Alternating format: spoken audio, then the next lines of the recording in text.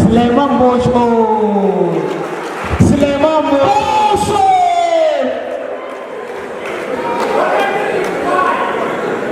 Assalamu alaikum wa rahmatullahi ta'ala wa barakatuh. Abin zai ba ku mamaki sosai to amma ita Bauchi da kaji ana Bauchi ai mu ne muka tsaka ta. Akwai wani bature ana ce masa Mr. Captain Douglas. Wannan magana ƙarya ce. waye da nan auto Captain Douglas wato ni na rike masa tef